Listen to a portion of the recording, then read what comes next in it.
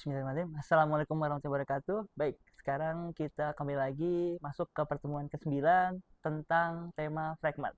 Jadi, kemampuan akhir yang diharapkan dari pertemuan kali ini adalah mahasiswa mampu merancang fragment dalam aplikasi mobile.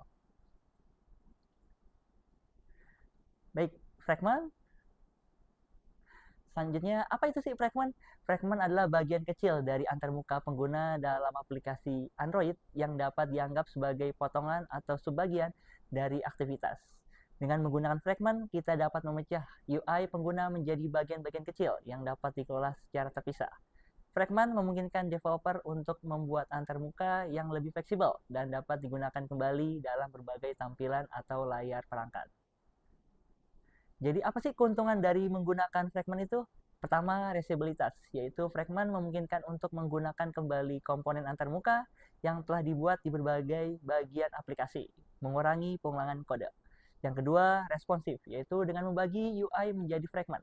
Aplikasi dapat merespons secara lebih baik terhadap perubahan orientasi, ukuran layar, dan tata letak. Yang ketiga, itu fleksibilitas. Fragment memungkinkan tampilan yang lebih kompleks dengan menggabungkan beberapa fragment ke dalam satu layar. Jadi penggunaan fragment dalam desain UI. Penggunaan fragment dalam desain UI memungkinkan untuk mengolah bagian-bagian tertentu dari antarmuka secara terpisah. Contohnya dalam aplikasi dengan tata letak ganda, yaitu dual pane, kita dapat menggunakan dua fragment untuk menampilkan konten yang berbeda pada layar yang sama. Hal ini membantu dalam meningkatkan pengalaman pengguna dengan memanfaatkan ruang layar secara efisien. Terus cara membuat dan menampilkan fragment yaitu pertama membuat kelas fragment.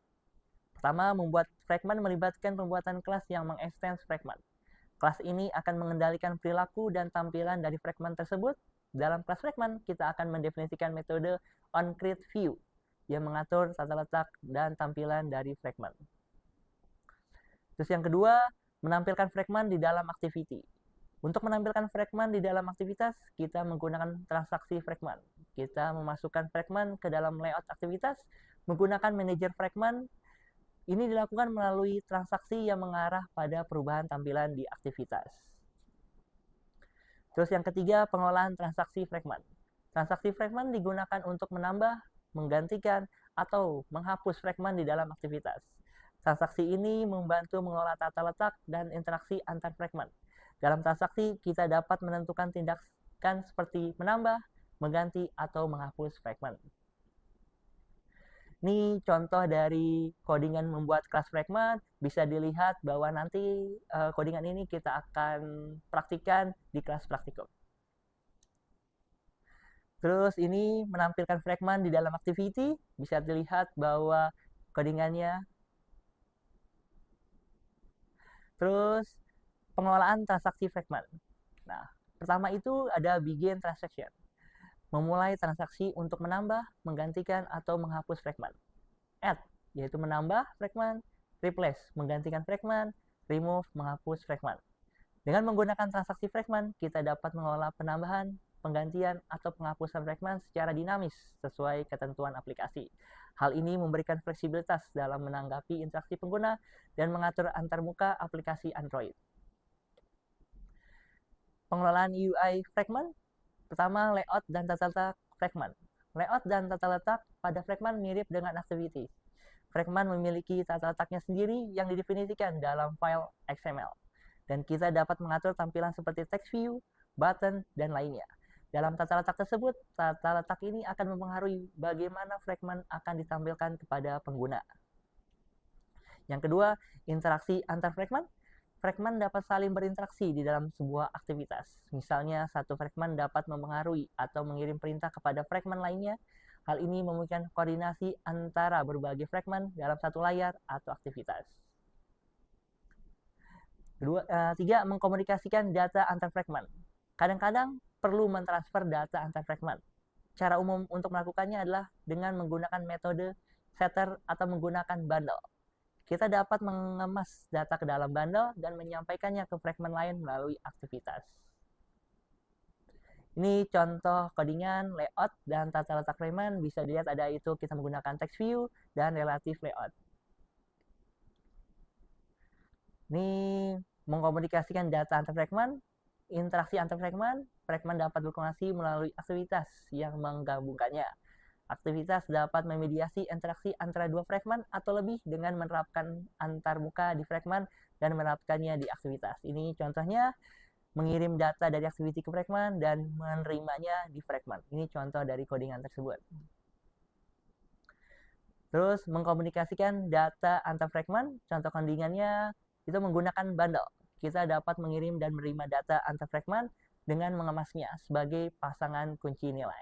Hal ini memungkinkan fragmen untuk berkomunikasi dan berbagi informasi dengan cara efektif.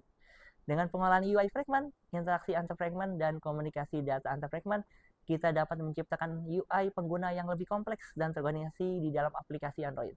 Hal ini membantu meningkatkan pengalaman pengguna dan fungsionalitas aplikasi secara keseluruhan. Ada fragment life cycle. Fragment life cycle itu serangkaian tahapan atau keadaan yang dialami oleh sebuah fragment sejak dibuat hingga dihancurkannya. Tahapan ini memungkinkan developer untuk mengontrol perilaku fragment dan menjalankan aksi tertentu pada titik-titik tertentu dalam siklus hidup. Ini ada metode-metode dalam siklus hidup fragment. Yang pertama on attach. Dipanggil satu fragment terhubung aktivitas. Terus ada on create. Metode dipanggil saat fragment sedang dibuat. Ada on create view. Metode ini dipanggil ketika fragment harus menggambar tampilannya untuk pertama kali. Ada on activity. Metode dipanggil setelah aktivitas induk sepenuhnya dibuat. Ada lagi on start. Metode ini dipanggil ketika fragment memulai terlihat oleh pengguna. On resume. Metode dipanggil ketika fragment mulai aktif. On pause dipanggil ketika fragment kehilangan fokus tapi masih terlihat oleh user. On stop dipanggil ketika fragment tidak lagi terlihat oleh user. Ada on destroy view, dipanggil ketika tampilan fragment akan dihancurkan. On destroy dipanggil ketika fragment akan dihancurkan. On detach dipanggil ketika fragment dilepaskan dari aktivitas. Nah, penggunaan siklus hidup fragment ini memungkinkan pengembang atau developer untuk menjalankan kode tertentu pada tahapan-tahapan yang sesuai. Contohnya, penggunaan termasuk inisialisasi variabel, mengelola tampilan, mengambil data, dan memastikan keamanan dalam operasi aplikasi. Contohnya, jika kita ingin melakukan inisiasi variabel pada saat fragment dibuat, kita menempatkan kode inisiasi tersebut di dalam metode onCreate. Jika membersihkan daya saat fragment dihancurkan, kita akan menempatkan kode pembersihan onDestroy. Ini contoh dari nanti yang kita praktikan output dari fragment. Terdapat dua button dan setiap buttonnya itu nanti akan kita inisiasi atau kita coding sehingga nanti saat diklik maka tampilan di kanan kita ada pilihan, yaitu ada 4 opsional. Saat diklik pilih maka nanti ada hasilnya sesuai. Nah, terakhir dari kelas praktikum 9 fragment ini, yaitu tentu saja ada tugas yang mesti dikerjakan, yaitu buat 2 contoh program aplikasi Android menggunakan fragment selain dari yang kita praktikan di laboratorium. Catatannya, setiap mahasiswa berbeda.